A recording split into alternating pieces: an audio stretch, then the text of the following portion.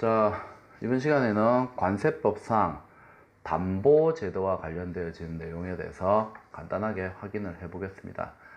그렇게 단원이 길지 않기 때문에 내용이 그리고 어려운 부분도 없습니다.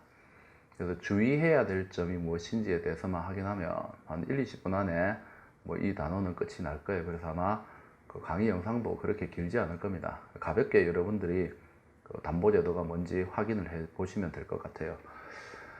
담보는 채권 확보를 위한 제도지요. 그래서 납세자가 관세와 관련되어지는 부분을 납부 의무를 이행하지 않는 부분에 대해서 납세자의 재산적 가치가 있는 물건을 저당을 잡는 것이 바로 담보제도입니다. 담보제도. 우리가 금융에서 얘기하는 개런티, 담보하고 동일한 개념이라고 보시면 됩니다. 어쨌든 납세 의무자가 납세 의무를 성실하게 이행하도록 하기 위한 하나의 그 체납과 관련되어지는 부분에 대한 방어적 차원에서 만든 제도라고 보시면 되겠죠.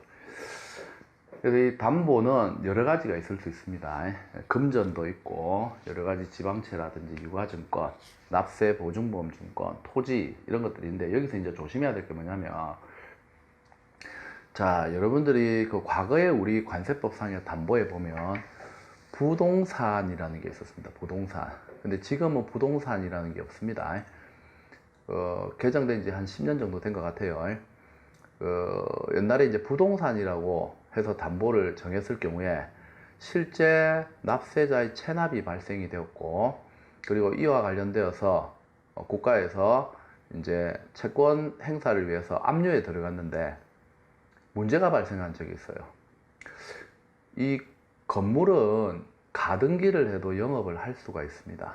이 가등기 상태의 건물 같은 경우에는 소방법만 통과를 하게 되면은 거기에서 영업 활동을 해도 돼요. 근데 지방세 납부 대상도 안 돼요. 아직 등기가 되지 않았기 때문에. 그렇게 해서 한때 우리나라 대기업 중에 그 가등기를 해 놓은 상태에서 영업을 하고 지방세 단돈 1원도 납부하지 않는 거대 기업이 있었습니다. 이제 어느 회사인지는 얘기 못 드려요.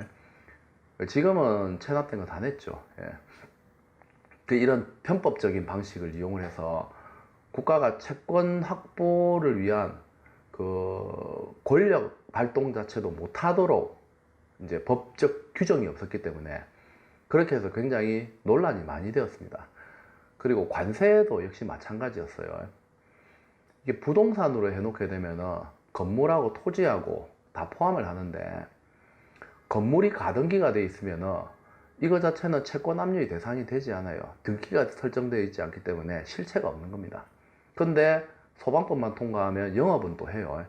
그래서 영업은 영업대로 이득을 얻지만 실제 나중에 문제가 생겼을 때 채권 압류 대상도 안 되다 보니까 세법과 관련되어진 부분에서 개정이 필요하게 됐죠. 그래서 관세법에서는 이 담보와 관련되어지는 부분에서 개정을 하면서 부동산을 쪼갭니다. 토지하고 건물하고 쪼갰어요.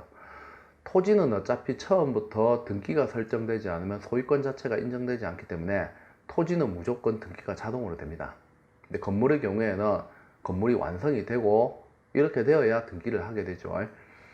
그래서 건물인데 등기를 안 해놓은 가등기가 되어져 있는 상태의 건물들이 있습니다. 관세법상 담보로 책정되지 못해요. 그래서 건물의 경우에는 등기 등록된 건물이라 되어 있죠. 그리고 보험에도 가입이 되어져 있어야 됩니다. 그러니까 이와 관련되어지는 게 단순한 건물만 해당되는 게 아니고 공장, 재단, 강업, 재단, 선박, 항공기, 건설기계인데 여기서 중요한 거는 선박이나 항공기, 건설기계는 담보가 될 수 있죠. 근데 뭐는 안 돼요? 일반적인 자가용, 승용차는 담보 대상이 되지 않습니다.